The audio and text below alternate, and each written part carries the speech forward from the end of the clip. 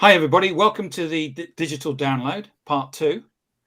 What we're going to do is that we're going to we come together to share what we've learned and share with you what we've learned, because I think everybody, we need to keep up to date with our digital skills. And so what we're going to do is that we're going to share that with you, what we've learned. So you can learn it, and what we would love is for you to dive in and share what you've learned and get into have a conversation. So we're going to talk. We're going to talk about content that we found that we think is interesting or funny. We're also then going to go through and talk about a number of different subject areas, leadership. A couple of things that we're going to discuss, and then right at the end, the last 15 minutes, we're going to talk about tips that we've found out there in the world. As I gradually let people in, would you like to introduce yourself? So, Rob. Good morning, all. I'm Rob Durant, founder of Flywheel Results. I focus on sales training and sales career placements. Brentney. I can call you Brent. You sure can. Good morning. I'm Brittany Hutchinson. Yes, you can call me Brent. I'm the Director of Digital Transformation at Little Bird Marketing. Adam. Hi, everyone. I'm Adam Gray. I'm Tim's business partner at DLA Ignite. And I'm sorry if I was looking a little distracted then. I'm going and checking whether or not we're broadcasting on everybody's profile. And we're broadcasting on mine and we're broadcasting on Brentney's, but we're not broadcasting on yours by the look of it, Tim. What? What? So it's saying, and it's worth saying to everybody that Eric runs the Big Life Breakfast Burrito, and you've had technical problems. I run a music show on a Friday afternoon, and I've had technical problems. And Nick is the same. Nick's had technical problems on his show. My show was fine today. Yeah, so was it you, Eric, that said these are held together with good hope? Oh, that was Nick from Mr. Rayburn saying that this LinkedIn Live technology is built out of feathers and hope. It's like the Millennium Falcon. It's just held together with bubblegum and duct tape. The Millennium Falcon. I love it. Yeah, you're absolutely right. We're broadcasting on everyone's channel apart from the host. Well, we're not. If it makes Tim feel any better, I'm not. It's not broadcasting on my profile. Oh, because I joined after you'd already started. Tim's now live. I'm now live. Live. Excellent. Slight 3-minute delay then. Coming to you live. There is a 3-minute delay. So, where did we get to? Eric, you're next. Introduce yourself, please. Hi, I'm Eric, co-founder of Crux, and we are business improvement consultants that work with the DLA universe, DLA team. That social nerd. That's me. I work with Mr. Doyle as well at Crux. I also run my own company called Viral Media, and I am a social selling coach and video expert. Lorena, welcome. Hi, good morning. I am in Lima, Peru. I am a legal marketer, and I work with the LA regarding lawyers on social. Fantastic. And last but not least, Lenwood. Hello, I'm the founder and CEO of Accelerate. I am Accelerate. It's a partner of DLA Ignite. We focus on accelerating digital transformation through your people. We're all about the people. Fantastic. So, who wants to go first with your content of the week? Can I just say before we start, not necessarily to jump to me, but you may have noticed there's a gentleman out there, Gabe Leal, who's based in Dallas, Fort Worth. And he runs, he started basically acting as a curator of all things live on LinkedIn. And he's putting together this amazing sort of daily list, and he's highlighting content creators and all of that. So he put this session in today. Unfortunately, this session is not the session that was the session. This is another session because the other session didn't start. So this is a new session. But doing a load of great stuff, a load of great work, and you know, this whole live phenomenon that's taking place and taking over on as a source of great content for lots and lots of people. He's now becoming a kind of curator of all of that, like the librarian of it all, and a huge promoter of it. So hats off to him, and thanks for the shout out to. So what's his name again, Eric? Gabe Leal, Gabe with the little circumflex, Leal. Check him out, and look up what he's doing. He's doing great stuff, and it's great to see someone who's kind of like shepherding all this live content. And also, it's really nice because every day he'll put out a rundown of all the stuff that's going on, so you can pick and choose. It's a little menu for you to choose what you're going to. He's doing a great job. I mean, and he's very generous with his time and his network, and that is everyone should. Yeah, big time. So, who wants to go first with the content? Don't be shy. Dun, dun, dun, Well, I'm happy to start off. Lenwood. I found this or the video found me. Who knows with this social media how it all comes together? But I think I'm not sure how to pronounce his last name. It's Todd Clouser, Clouser. He's with Chris Walker over at Refine Labs, and he put together an absolutely hilarious video. Now, Nick, the social nerd, he knows a lot about putting together hilarious videos, but I thought this was just absolutely hilarious. So check that video out. Very funny. I've seen it, and it is funny. Is that the one which you shouldn't let your gran watch? Is that the one with the? No, this is if marketing was a local 5 o'clock news. Oh, that's fantastic! Yeah, isn't it? I Oh saw yeah, that one yeah. this morning. That was a good one. Oh boy, yeah. So anyway, Who's going next? Yeah, I'll go next. Yeah. So my piece of content for the week was by a friend of mine and Tim's, a guy called Scott Russell, who runs. He's a successful entrepreneur. He's built and sold businesses, and he runs now what is the largest independent coffee manufacturer and producer and distributor in the UK. And in his post, he talks about how he left school. It was a tough school. He didn't make great decisions when he was at school, and he was disruptive. And he left and then knuckled down and has always run his own business, and has recently got a degree. Well, 3-4 years ago, got a degree from the University of Suffolk, and he's wearing his robes in the photo, and it's had a load of engagement. But I think it serves as an inspiration for people that it's never too late to actually do those things that you've always wanted to do. Because I think so often we find ourselves where we are, and we think, oh well, I've made some bad decisions earlier, and we can always change those. And I think it's good, particularly in the COVID world, to remind ourselves of that.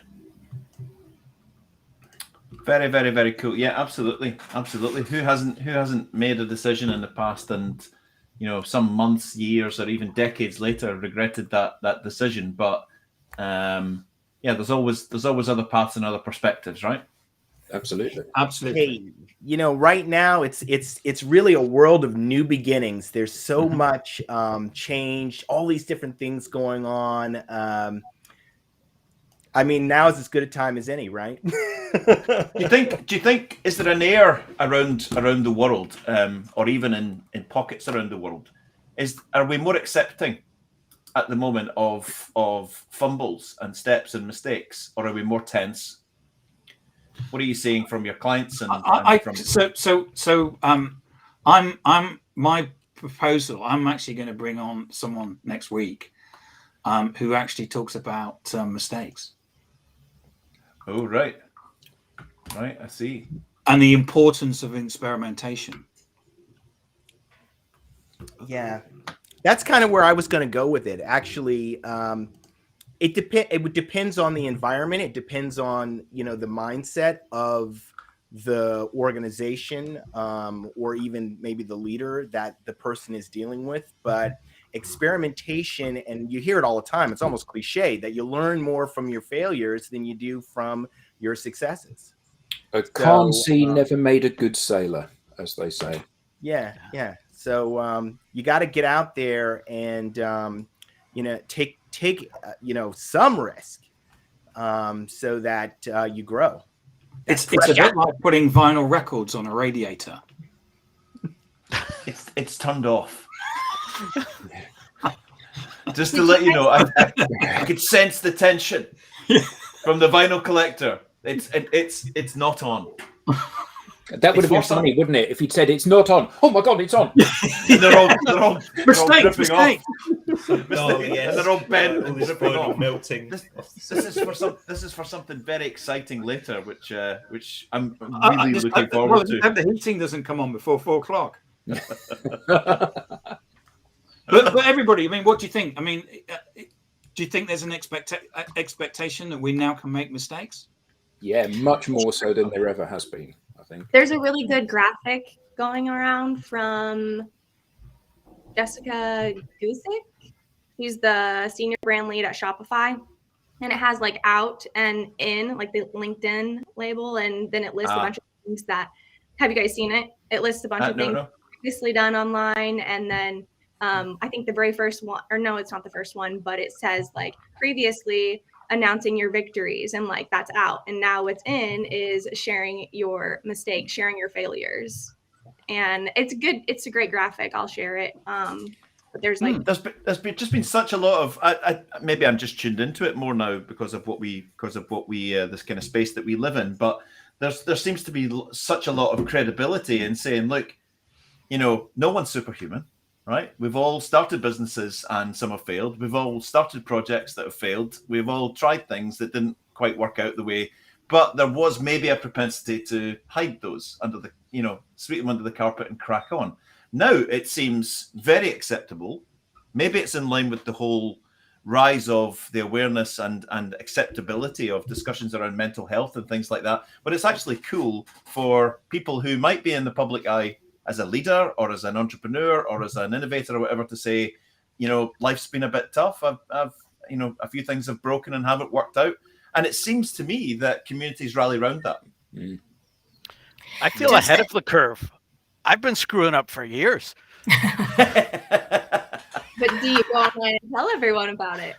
Yeah. Yes. Yeah. Owning it is incredibly important. I believe in the 3 sorries. When you make a mistake, when you screw up, you own it, you apologize, and then you ask what you can do to make it better. And that's, if you're harming someone else. But myself, I've run small businesses into the ground. But then you pick yourself up and you dust yourself off and you try it again. Dan Pink has a book coming out real soon, and he's been collecting a lot of data around regrets. And I'm looking forward to reading that because I'd like to at least say that all of these quote unquote failures have left me with fewer regrets. Okay. I have my post of the week is it's very related to what we're talking right now. It's from a lawyer, an indie British lawyer, Janvi Patel, and she posted. She uses to give these commencement speeches at schools, at different schools, and she started her speeches always, and it's on her post this time that she says, when you look at my LinkedIn profile, it looks like it was that easy, that this was an easy path, but it wasn't. I did not have the best grades. I also didn't come from a generation of lawyers, and I was also not the right ethnicity or gender, which meant it was all an uphill battle. But I found and created my own path and never gave up. And she's really wonderful. She has maybe this time only, let us say only 62 likes. I don't know how many views she has, but she's great. I've been following her for years, and I saw she had an excellent law firm led by women, and she's always very sincere. So I think, and she tells about her failures and the contrary, Success. Success, exactly. And really, I think today we have to talk about both our successes and our failures. And maybe you can answer. I have a question, but I think experts in management and in these methodologies like agile, they expect to make your plan and to try, and maybe you success or you fail, and then you to get back. So now it's also accepted in these management theories to success and to fail, right? Mm-hmm. Yeah, experimentation, Exactly. Yeah. It's I think that as people are focusing more on empathy, it's a lot easier for people to relate to failures. It's much easier for everyone to relate to the person who's struggling through something, as compared to the person who's sitting at the top, right? It's easy to think that it was really easy for that person to get there, but nowadays, sharing what you're going through, sharing the struggle, people who are also struggling, which tends to be, there was a time when the mask, right, was what people did, right? I'm great, everything's great, my family's great, this is great, right? And now, not only I think that repels people, but it's more acceptable because people can relate to it. People just connect more with struggle. I think also, every business fails. Every business goes under eventually. You need only look at the Fortune 500 and what's happened since the year 2000 or the year 1950, and all of those huge companies have peaked, and then they've eventually disappeared as they become irrelevant. They become too big to be able to change and whatever. So the fact that you started a little business, it didn't grow very far, and then it imploded, it's fine. If it can happen to Kodak, the largest film company in the world, who had many opportunities to do the right thing and chose not to, then it can happen to your little business. And I think you've just, as you said, just got to dust yourself down, get up and try again, haven't you? So who else has not shared their content apart from me? I had something. Do you want to do yours, Brittany? Carry on. You go first. On, Brittany. So mine is from Alexandria Sampson. She's the Advancement and Communications Coordinator for the YMCA. And she wasn't even a connection of mine before I saw her post. And basically, she talks about she's encouraging people to reach out and just connect with people genuinely, because you never know what could happen from it. But what I really liked about the post is you can tell that it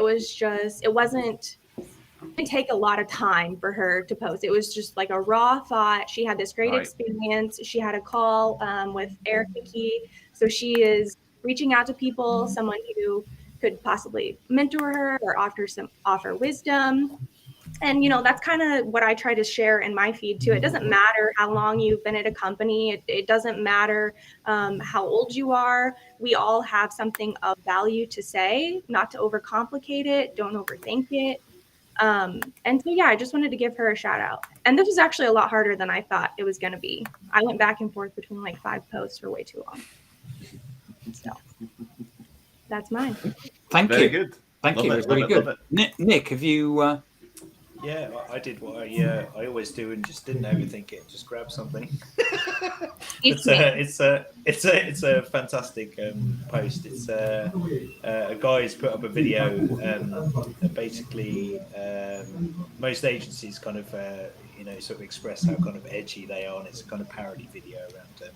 It's a TikTok video, isn't it? Yes, it's a TikTok, but it's hilarious. Yeah, it's just that's the one that your gran shouldn't see because it's got words beginning with. It's got some swears in there, but it's just hilarious. A hilarious parody of how edgy they are, kind of boiling eggs in kettles and It's like gets all these lists of things why they're so edgy and anti-corporate, and then he says, "Have I frozen?"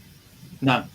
Oh, okay. It looks like I've frozen my end. Everyone's just listening very intently. Yeah. We're just tuned in. And then he says right at the end of the video, he says, on our client list is we've got 7 oil companies and McDonald's on our client list. It's like how very anti-corporate it is, and then it kind of swings back the other way. It's hilarious.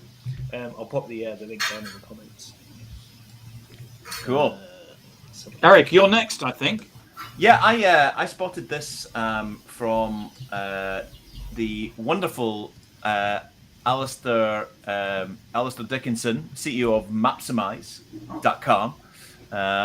So there I kind of he'll in fact, if you're listening, Aleister, which I think you are, just look at the history. Yeah, he's not jumped in yet. So Maximize geomapping, helping companies understand data, and he wrote this really cool article, which is, yes, your business data has a lot of value. Some even say it's the new oil. So Aleister, for anyone who follows Aleister, will know that he's got he works in that sort of like heavy data space, helping companies understand the geolocations. So Eric, if you move it to the top, yeah, just so people know on that graphic, Aleister has these different. He basically has characters. So those 3 things. So the 3 people are there. That it may surprise you, but they're all Aleister. But they're actually the characters. So on the left-hand side, I can't remember, but it's a sales. That's a Stripey Jacket. Mr. Stripey Jacket, and he's a sales expert, and he does. Oh, Mr. Stripey. Yeah. Some would say these are characters. Some would say these are Aleister's personalities. just a sample of them. So this piece that he wrote, he does lots of video, lots of really good stuff, lots of really lighthearted, and some sort of extremely serious stuff. But this caught my eye because it was a lighthearted take on a pretty serious topic, all about understanding how data works. Yes, your data has a lot of value. Some even say it's the new oil, as he goes on to talk about.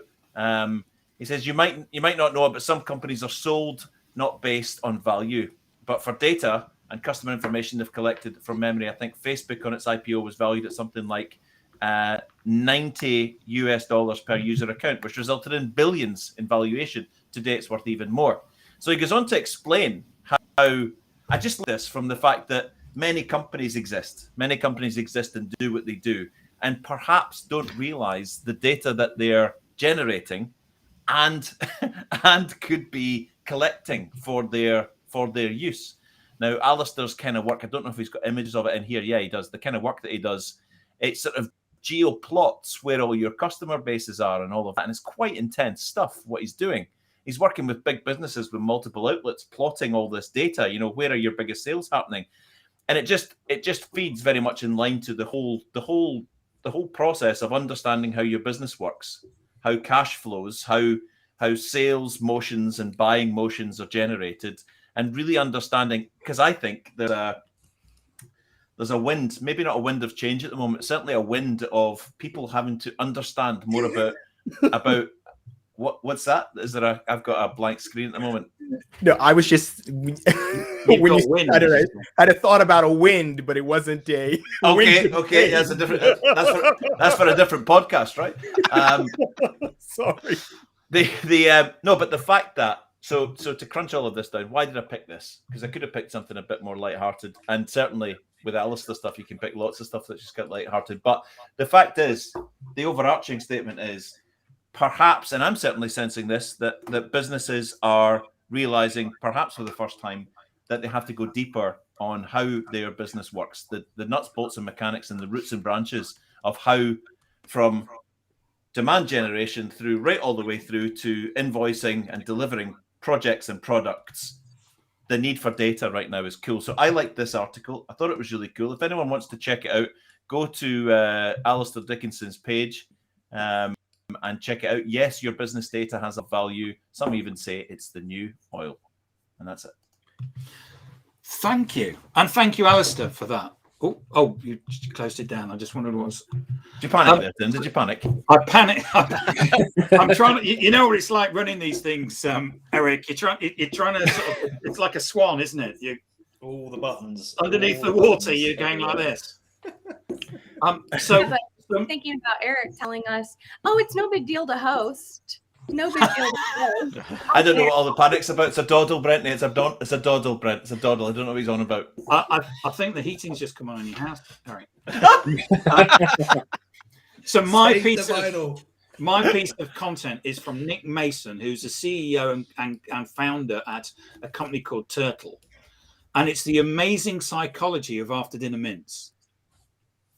Ooh. So so picture this: you're sitting in a restaurant with friends, and the bill comes in, and you know that you're sitting next to Nick, and he's the guy that goes, well, like, you had the bread roll and you had the salad, and so, but the person comes along. What is the chance that you're going to basically give a tip? Now, here in the UK, it's not like the States, where the States you pretty much always give a tip, but here in the UK, you don't necessarily tip people, but the conclusion of the psychology, they found that people who were given a mint will tip 3% more than those who gave nothing. People who were asked if they would like a mint will tip 14% more. People who were given a mint and then asked later if they will want another will tip a whopping 23% more. And that's based on like a 1 pence, which is, like a cent in terms of a after dinner mint. Isn't that amazing? Amazing. And of course, it's not about the mint. It's deeper than that, isn't it? The mint's a metaphor. Yeah. So can I quickly tell you my tipping story? Yes. Is that okay, Tim? Because is that all right? Are you sure? Is this the one about the Amazon guy? No. So Sarah and I were in Ibiza with some friends of ours in 2016, I think, 2017. And we'd arrived in the afternoon. We went out for some lunch. Later that night, we'd booked tickets to Pasha to go and see David Guetta on the Friday night. I can't tell you what the night's called because it's called F Me It's Friday is the name of the event. David Guetta comes on stage at 2 a.m. Just to let you know, it's a late start. So we went out for a wander that night. So you're allowed out late at night, are you? Yeah, allowed out late at night. We went out for a wander and we said, anyone fancy some sushi? I was on the phone saying there's a great sushi restaurant just down here. It's in a place called Ushuaia. I hadn't been to Ibiza before. I didn't know that Ushuaia is one of the top events in Ibiza. So we go up to the restaurant. Can we have a table for 4? Yeah, we can fit you in right now. It's going to be loud because the restaurant is right behind the DJ box. And I was like, yeah, okay, fair enough. Table for 4. We go in, we sit down, and we're behind the DJ box. There's a big glass screen looking out over the open air of Ushuaia, and you're just slightly above the crowd. Ushuaia is an open air disco with a hotel, and it's the size of a football pitch, and it is rammed with people because Swedish House Mafia are on stage. And we're sitting trying to eat sushi with Swedish House Mafia banging out Greyhound live to 12,000 people jumping up and down like this. And I said to the waitress when we'd finished, how do we get in there? She went, it's a sellout. You can't get in. And I said, how do we get in there? And she went, right. How do you get in there? I said she said the only way to get in there is to go through the VIP door here with the 2 bouncers on it with VIP passes to get into the VIP area, which is just in front of the DJ's box. And I said, how much? And she went, 100 euros each. Tip. I said, okay. I placed the money down. Everyone's complaining and going, we weren't supposed to be doing this. I placed the money down and she signaled me to come through to the back. She put the wristband on my wrist. And we asked Sarah, Rich or Cheryl, we got escorted down this lane. We only came out in like jeans and t-shirts. And the next thing we were down in front of the DJ box in this little VIP weird area with some Russian oligarchs and stuff like that. And there's just the very last part of that story was as I walked in, I'd had a few beers. I was feeling a little bit happy. Everybody did. A girl sort of grabbed me around the waist and went, hiya. And I said, did I work with you before? And she said, no, I don't think so, unless you work in TV. And I said, no, I don't work in TV. Did I work with you at Acergy? And she said, no, I'm Anna Richardson from Naked Attraction, Channel 4. And I went, right. And then I looked around and Sarah had Sue Perkins, which I'll show you the photograph because I know no one believes this. Sue Perkins from Mel and Sue in an arm lock dancing together because Sue Perkins and Anna are partners. They're married. Yeah, that's my tip story. Wow. Amazing. That's a good story. Thank you. Thank you. How do we follow that? It's hard. Might as well shut it down. Let's just go home for the weekend. The bar has been set now. The bar has been set. So the question that I've got, because I want to go back, I want to pick up actually on what you talked about earlier on, Eric, about the fact that people are far more able to share their mistakes and are far more open to experimentation. But the thing is that with life, I think with COVID, with digital, that things can actually be overwhelming. And I just wondered if people here had some coping strategies that they had that they could share with the audience, and if the audience have their own coping strategies, what they could share with us. So is this coping strategy beyond digital coping strategies? That's just in life. Anything. Yeah. So, yeah, Nick. Yeah, I use the. I know Eric does as well. I use the Calm app quite a lot. So I try and do guided meditation at least once a day. I'll usually start in the morning with the Calm app, and I journal as well. So I do a gratitude journal first thing in the morning. And I just find sometimes if I'm, as a sort of coping mechanism, I guess, if I'm kind of getting stressed out or there's too much going on, I'll just stop and I'll go and meditate for 10 minutes it just happens. My head kind of gets filled with ideas and thoughts, and it's like, okay, I need to kind of push these away now. So I'm going to just stop, take a breather, whack on the Calm app for 10 minutes and just meditate and just let it all go. Nick, what is that word you're saying? What is Calm? Calm. CALM. Calm. Oh, Yes. Calm. Yeah. Yes, the Or in Boston, Calm app. It is fantastic. It's a game changer. Yeah, if you're not used to meditating, app. Ding. Yeah, it's really, really good. I do some. My calm partner is James, the meditation guy, and I think you're with the lady. Is that right? That you? I use a lady, and it's weird, isn't it? How I listen to her voice every single day, and one day I fired up the app, and there was another lady on there. I was like, what's going on? Who's this? What are you doing? I don't have a relationship with you. It was bizarre, but it's, very good, very good app. I've used the Calm app as well. I think I did the whole meditation course on it. Have you done it? It's just amazing. Amazing. Yeah, I just do the daily ones. But, right. Yeah. I'll tell you what, even the paid version of that is worth it. It's so worth it. It works out like I think it's less than £1 a day for what you get from it. I sometimes have the music 60. on when I'm writing proposals as well. The music on there is phenomenal. Yeah, it's about £60 a day. I think they've got a deal on at the moment where you can do a lifetime subscription. You can use, if you search on the internet, look for Calm app discount. You can usually get a quarter for free. There was a deal. I got the deal with American Express. You got a whole 12 months for free. But if you search, you'll always get. There's always a deal going on. Just search on the internet. The It's balance. a bit like Restream. You can always get. There's always I've reconnected with Restream and just went to the internet and got 30% off. Nice. The Balance app was, at least at the beginning of January, offering a year free. I've been using that. It's very similar to Calm. If you're looking to get started, I would strongly suggest the 10% Happier podcast. Ooh. It really just helps you dip your toes into is this meditation thing too woo-woo for me? Or, how can I, a pragmatist, get started? I loved listening to the story.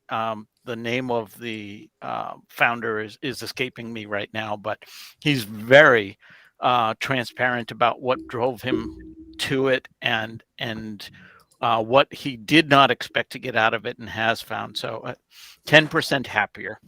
The 10% Happier There's, podcast. There's another one I'd like to recommend as well, which is an audiobook I listened to recently, which was Solve for Happy by Mo Gador. I think I'm pronouncing his surname correctly. It's a beautiful story about a guy that loses his son, his young son, and he kind of reprograms his brain to be happy because he's obviously had to deal with the trauma of losing a son. It's a really beautiful audiobook. But I definitely recommend downloading the audiobook as opposed to the book because Mo's reading it himself and he's got a lovely kind of sing-song voice. It's a fantastic book, really good. I think so. This is where it's going to get weird.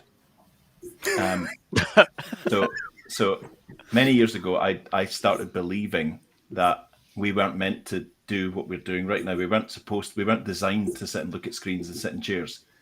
So I started reading about Our Barbarian, and I've never spoken about this. It's the first time I've ever spoken about it. So I firmly believe that, as well as all that beautiful stuff about stillness and calmness and meditation, we were meant to be physically destroyed regularly, and push ourselves to like for instance, I do cold shower therapy every single day. Tell us about that.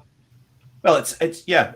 I think we were meant to be. Our bodies were meant to feel physical stress, and I think it's good to stress them. Like so regularly, when it's freezing cold and raining and snowing out here, I'll go out in shorts and do a kettlebell routine, and my son will be standing laughing at me. I'll be in shorts, freezing and jittering, doing 20, 30 kilogram kettlebell routines until the point where, and this is where it's going to get weird, until I feel as if I'm going to pass out or vomit.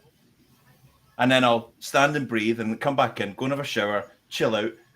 That, for me, is an amazing coping mechanism because I think we were meant to be pushing, pulling, struggling. Our bodies were meant to be stressed. And sitting in a chair for 8 to 10 hours a day, I don't think we get rid of. It's like, in my mind, it's like we're not flushing those bad chemicals out of our muscles and out of our brains. You've been out. Was it last winter? You went and got into the sea, didn't you? Cold sea. Yeah, we do it all the time. And by the way, Eric lives in Aberdeen, which, if anyone knows, is up north. It's and it's cold. And it's cold and freezing, but the body adjusts. I think it's very cultural, Eric, because we in the South, for example, have another view of that. We are in a tropical weather and we take care of the body. And so we don't feel maybe so challenged as you in the North with a very harsh weathers feel, I think. Yeah, I think you're right. Screw them up north.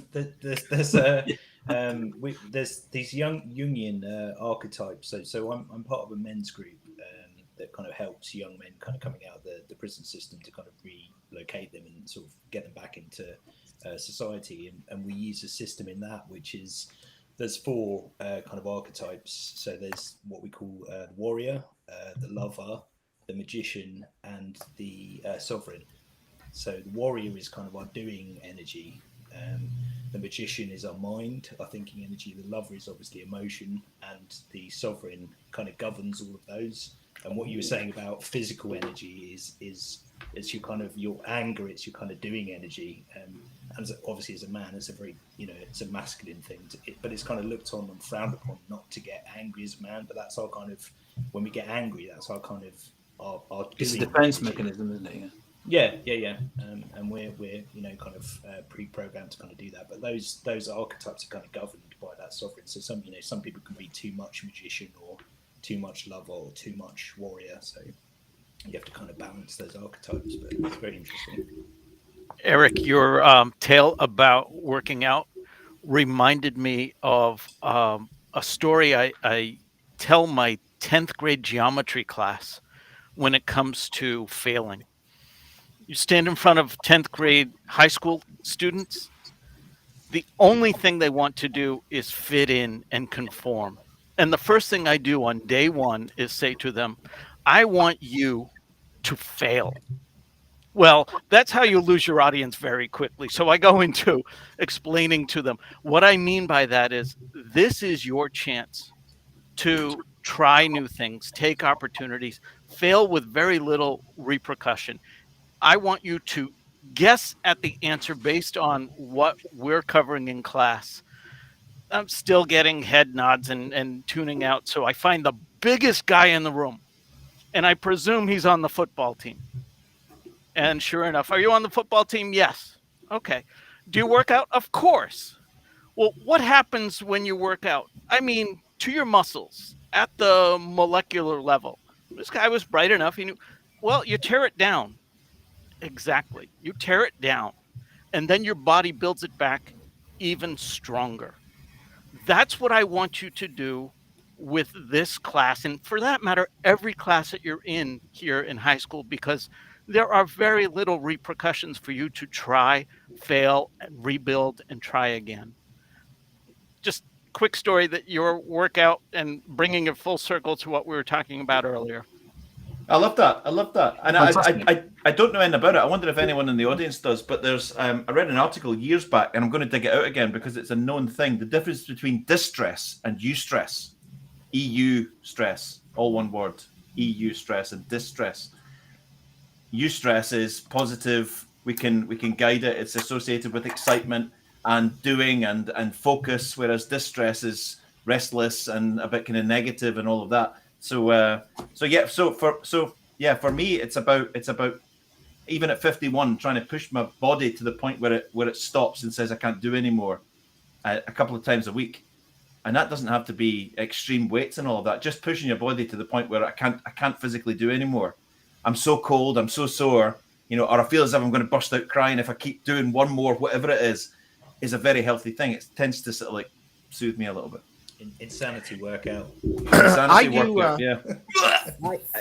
I do every day. At least I try to start the day with some form of devotional. So I'm a Christian, devotional as well as prayer. I actually am doing this devotional, which I highly recommend. It's called 100 Days of Favor for anyone who's out there. I'll probably do it again after I complete this. The other thing that I do is I take one day, usually Sunday, and I don't do any work. Try not to look at any email. Try not to look at any social media. That can be more challenging. But at least one day where I just don't do anything. What about you, Tim? What's your secrets? Well, my secrets. I've used the Calm app. But to pick up on your point, I used to have a personal trainer when you could go to the gym, and we set a goal, which is for me to do some pull-ups, and I'm really shit at it.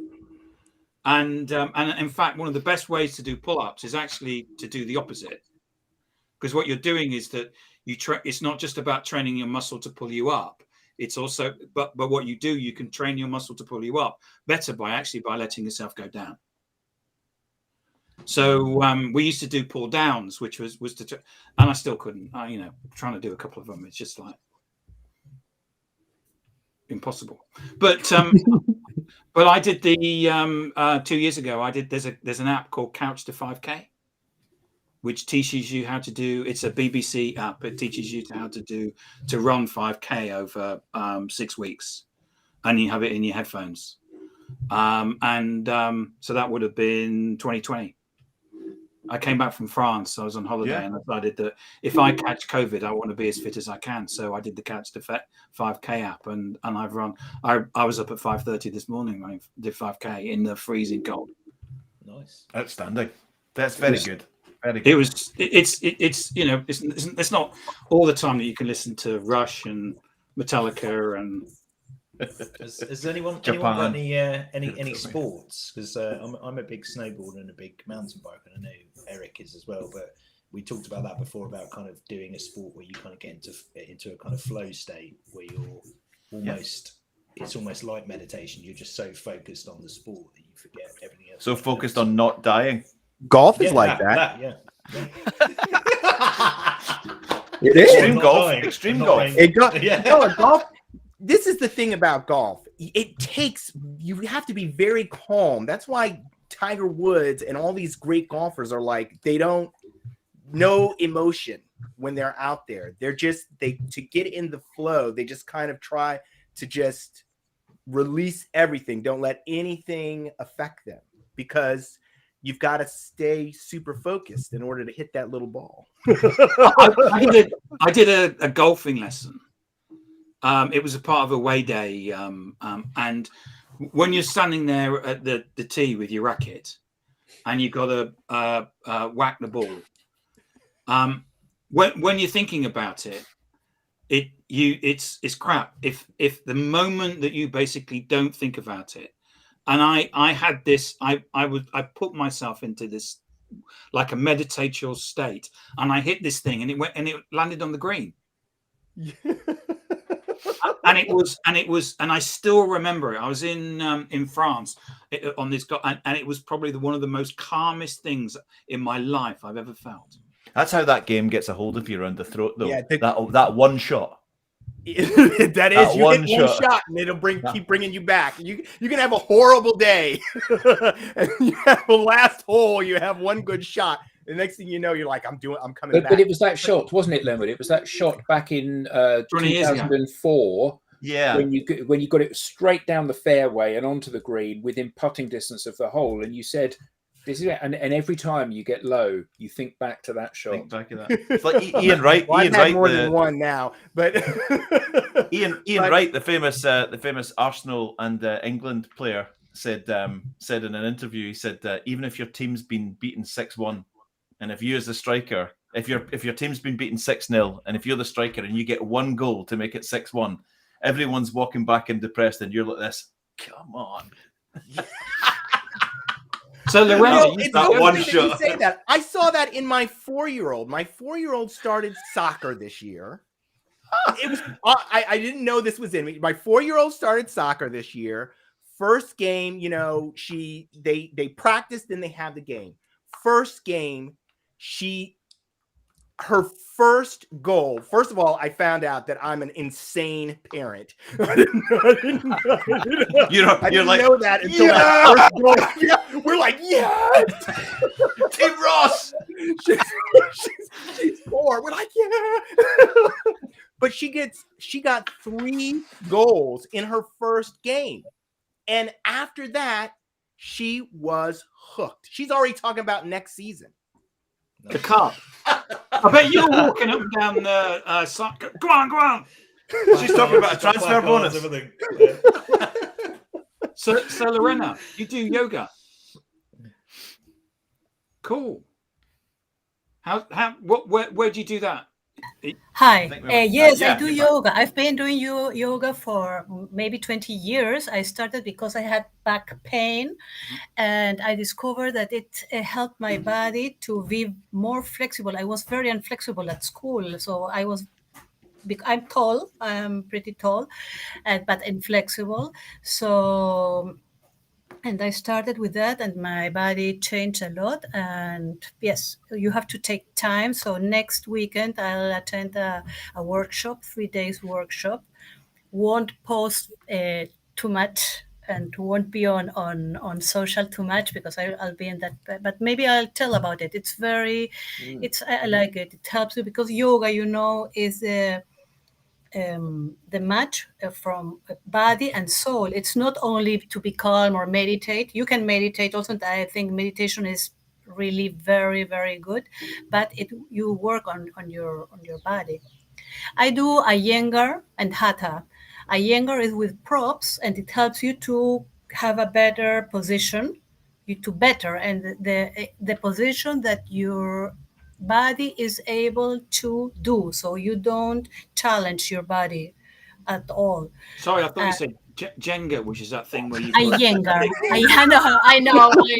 Yeah, I know that game. Yeah, yes. And I was remembering when Rob was talking about his students, because I told you I am working with a group. This is the first time that I'll work with a group of college students and one IBA, and trying to bring them on social, on LinkedIn, to know and to really change and prepare their mindset to social and to know, to be aware that it's the future.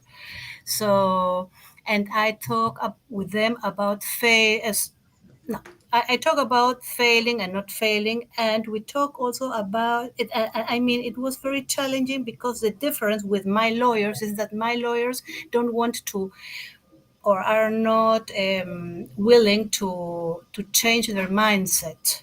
That's their problem. And the problem of these young people is that they don't know what to do in their lives, you know? So it's really challenging. Cool. Yeah. So we've only got 5 minutes left. Any tips that people want to share with the audience, apart from never eat yellow snow? I think that at the moment there's an awful lot of pressure on people, either real pressure or perceived pressure. And Nick talking about his journaling and stuff and affirmations. And I think that you know, we are the lucky ones in the world. You know, we are none of us going to starve to death, or it's highly unlikely that a bomb is going to land on our house because we're not in a war zone. And I think that embracing that and recognizing how privileged we are, even though we may have challenges in our lives, is a really important thing. And I spend an awful lot of time thinking about how lucky I am to be in the position that I'm in. And I think that for a lot of people, the privileges that we have is something which is taken as a given, as a hygiene thing. And actually it isn't, because for many people, they don't have those privileges. So I think looking at the positive side of things is very healthy for people. It's weird though, isn't it, how our brain has that kind of, even though, you know, everything's going right and everything's going well, your brain automatically reverts to that kind of negative bias thing, and you have to really push back against it. It can do, yeah. And you know, and I think that one of the challenges that we have is that we look back to Tim's first point, we look back to the bad decisions that we've made earlier on in our lives, and we think, oh my God, I wish I hadn't done that. But actually, all of the bad decisions I made have got me to where I am today. And I don't mean like big house and a Ferrari parked in the drive, but I mean, you know, lovely wife, lovely kids, job that I love, team of people around me that I really enjoy spending time with. It doesn't feel like work. And if you change anything early on, maybe you don't end up at this point. And I think that it's we need to be very mindful of what we wish for. Yeah, absolutely. Any more tips? Enlist a buddy. Sorry, mate? Enlist a buddy. Right. We were talking about, you know, meditation and so on. Myself, I've got somebody that I can confide in when I'm having challenges, and somebody that is going to push me when I'm not doing the things that I've committed to doing. And the same goes for him. I push him when he needs pushing, and console him when he needs consoling. There's a good tip there from Susan as well about having humor. Any other tips, Brentney? Well, I was just thinking when Lorena was talking about yoga that one of my favorite things that I've learned from that, a lot of teachers will start or in the class by saying, take what serves you and leave the rest. And I just have, that hit me so hard the first time I heard it. And I feel like it's spilled over into every area of my life. I'm like, if it serves me, great, support it. If not, move on from it. Like, don't give it another thought. Don't waste any energy on it. And just because it's good for the next person doesn't mean that it has to be good for you. So. Yeah, that's great advice. Eric. Something I used to talk about a lot, something I properly only realized the value of sort of 6 months ago, and it's been building since, which is quite a chintzy kind of throwaway statement. Growing communities. At every given opportunity that we can, we should look for an excuse or an opportunity or a chance to start to build a community, whether it's a community of 3 people, 30 people, or 300 people, particularly on digital sources, social media, whatever it might be. Take the opportunity to build communities. Now, there might be people sitting there going, how and why? And that's another conversation. But starting with the how and the why, and starting to work out how I might be able to build communities. Because I tell you, it is possible to do. It is a fantastic thing to do. And every single question that I might have about my business life and even my domestic life, I have people in communities, digital communities, that can help me with those. I do worry about people who have yet to realize the power of building proper communities that are evolving and dynamic and heaving and helping. So any question I've got about my business, for my business, about concepts, about ideas or whatever, I can find a specialist, a helpful person, or someone who can introduce me to that person, or someone who can just offer advice within communities. I properly learnt the value of that I understood the value of that properly about 6 months ago, even though I've been talking about it for longer. But my goodness, it's so important. It's interesting you say that's that. that's so great. It's there seems to be obviously COVID's kind of. You're very faint, Nick. Oh, sorry. Obviously, COVID's kind of exacerbated it, but I think there seems to be a sort of de-evolution of community, and moving that into a digital space is a beautiful thing. I mean, we're lucky; we have really nice neighbours on both sides of us, and we talk to them. And obviously, I have my men's charities that I go to a lot, but there seems to be less and less focus on, traditionally, thousands of years ago, we had much stronger communities, and it just seems to be kind of eroding over time. But yeah, you're right, building digital communities is incredible. Yeah. If I could just jump on the community bandwagon. Jump in. I couldn't agree more, and it's just, I know that people have been building communities digitally or participating in it, but I don't know, for whatever reason, probably from the work that we're doing, and I don't want to go down that too far down that tangent, but it is much easier, right, to build community. It is much easier to do it with social media. And, if you haven't, really tapped into that, not just, it's one thing to be a part of a community, but if you have something in your life that you want to move in particular, right? Something that is really burning inside of you that you want to get out, boy, doing it, using social media to create a community around it is thrilling. And I would add, it's very important, community, and be genuine and be humble. Maybe it comes from my law background and lawyers that used to have big egos. Lenwood, they